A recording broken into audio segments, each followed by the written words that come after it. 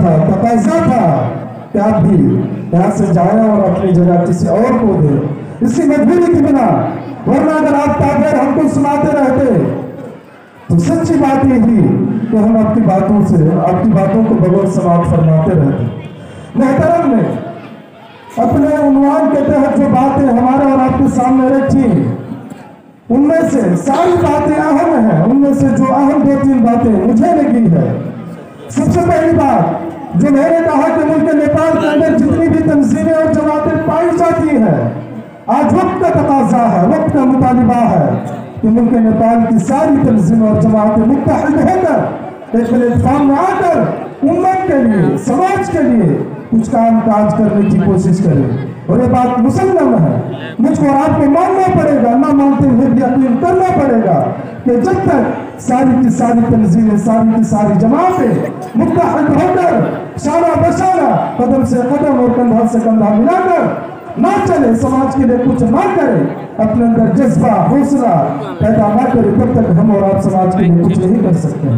ضرورت ہے کہ محترم نے جو پیغام دیا ہے اتحاد کی اور متحد ہونے کی، ہم کو اور آپ کو متحد ہو کر اتحاد کا درس دے کر اور پڑھ کر کو سماج کے لیے کچھ کرنے کی ضرورت ہے۔ دوسری بات، محترم نے جو کہا کہ الفلاح جیسے جتنے بھی ادارے ہیں، ان تمام اداروں کو کہ جو طلبہ و طالبات ہیں، معصوم ننھے بچے اور بچیاں ہیں، ان کو شاہی صفت بنائیے۔ علامہ اقبال کی زبانی محترم کہنا چاہے تو کہہ رہے تھے کہ نہیں تیرا نشیمن قصر سلطانی کے گنبد پر، نہیں تیرا نشیمن قصر سلطانی کے گنبد پر، تو شاہی ہے بسیرا کر پہاڑوں کی چٹانوں میں۔ محترم کو ہم امید دلاتے ہیں، یقین دلاتے ہیں کہ الفلاح جیسے جتنے بھی ادارے ہیں، بلکہ اگر ہم الفلاح کی بات کہیں، چونکہ ہمارا ادارہ ہے، ہم اپنے دل کی بات اگر کہیں تو یہ ہماری تمنا ہے۔ ذمہ داران الفلاح، اراکین الفلاح، اساتذہ الفلاح رات دن اگر جد و جہد کرتے ہیں، محنت کرتے ہیں، پھر اسی لیے کہ سماج کے جو معصوم اور ننھے منھے بچے ہیں، ان کو شاہی صفت انسان بنایا جائے، ان کو دنیا کا کامیاب ترین انسان بنایا جائے، اور ایسا قابل اور ہونہار انسان بنایا جائے کہ دنیا کے آنکھوں میں آ کر ڈال کر بات کرے، دنیا کے کسی بھی اسٹیج پر پہنچ کر ان کو اجنبیت کا احساس نہ ہو، بلکہ سب کے ساتھ قدم سے قدم اور کندھا سے کندھا ملا کر چلنے کے لائق ہو۔ بس آپ لوگوں سے ہماری یہ درخواست ہے، گزارش ہے کہ آپ تمام ایسے اداروں کو اپنے دعاؤں میں یاد رکھیں۔ جب بھی پروردگار کے سامنے اپنے ہاتھ کو بلند کرتے ہیں اپنی ذاتی مسائل کے لیے، ایسے وقت میں رات کے تہجد کے وقت جب کہ ساری دنیا سوتی ہو، ایسے وقت میں جب پروردگار سے آپ اپنے مسائل کے لیے دعا کرتے ہیں، تو ان اداروں کے لیے بھی دعا کریں، ان اداروں کے ذمہ داروں کے لیے بھی دعا کریں، ان اداروں کے طلبہ و طالبات کے لیے بھی دعا کریں۔ اسی طرح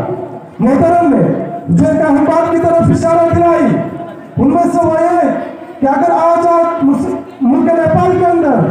تلاش کیا جائے چراغ کو لے کر موم بتی کو جلا کر ایک اچھا مفسر ہمیں ضرورت ہے ملک نیپال کے اندر جو نیپال کا باشندہ ہو، آپ کو نہیں مل پائے گا۔ ایک اچھا محدث کا اگر تلاش کیا جائے تو نہیں مل پائے گا، ایک مورخ کی اگر تلاشی لی جائے تو ایک مورخ نہیں مل پائے گا، ایک اچھا مصنف کی اگر تلاشی لی جائے تو مصنف نہیں مل پائیں گے، اگر ایک اچھے مرتب کو تلاش کیا جائے تو وہ بھی نہیں مل پائے گا، ایک اچھا مؤلف کی تلاشی لی جائے تو وہ بھی نہیں مل پائے گا۔ آج ایک اچھا لائر کو تلاش کیا جائے جو مسلمانوں کے ساتھ جو مسائل درپیش آتے ہیں ان مسائل کو لے کر عدالت میں لڑنے والا ہو تو آپ کو نہیں مل پائے گا۔ آج مسلمانوں کے اندر، نیپال کے اندر ایک ججس کو تلاش کیا جائے، طلب کیا جائے، نہیں ملے گا۔ یا پھر جو راجنیتی کرنے والے سیاستدان ہیں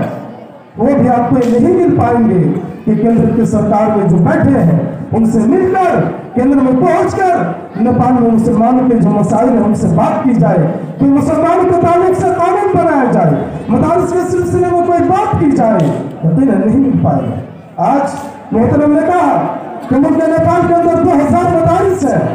لیکن آج ایک ایسا مدرسہ موجود نہیں، ایک ایسا جامعہ موجود نہیں جن کو ہم اپنا آئیڈیل بنا سکے، اپنا نمونہ بنا سکے اور اپنے بچے بچیوں کو وہاں پر تعلیم دلوا سکے۔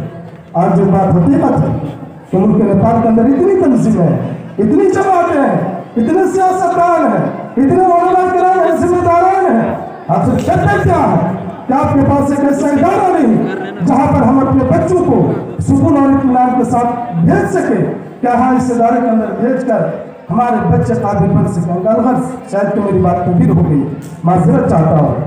اب اس کے بعد میں آپ کو خوشخبری سنا دوں کہ ایک بنگالی مقرر ہے فضیلت الشیخ جناب مولانا تفضل حسین السلفی صاحب, جو آپ کے سامنے بنگالی میں خطاب کریں گے. خاص طور سے میں اپنی ماں اور بہنوں سے ادباً گزارش کروں گا کہ آپ ہی کے تعلق سے عنوان کو رکھا گیا ہے اسلامی معاشرہ اور خواتین. آپ بنگالی زبان میں 5 سال سمجھ سکتے ہیں, سکون کے ساتھ بیٹھیے, ان کو سن کر ہی جائیے گا. اس کے بعد ہمارے پاس اور ایک بہترین مایہ ناز مقرر ہے. قبل اس کے کہ میں محترم کو دعوت دوں, استاذ محترم جناب طیب حسین راہی صاحب کو دعوت دیتا ہوں کہ آپ آئے 5 سے 6 منٹ کے اندر ایک بہترین نظم کے ذریعے ہم سامعین کے اندر جو سستی چھا گئی ہے اس کو چستی میں تبدیل کرنے اور سامعین کو محسوس فرمانے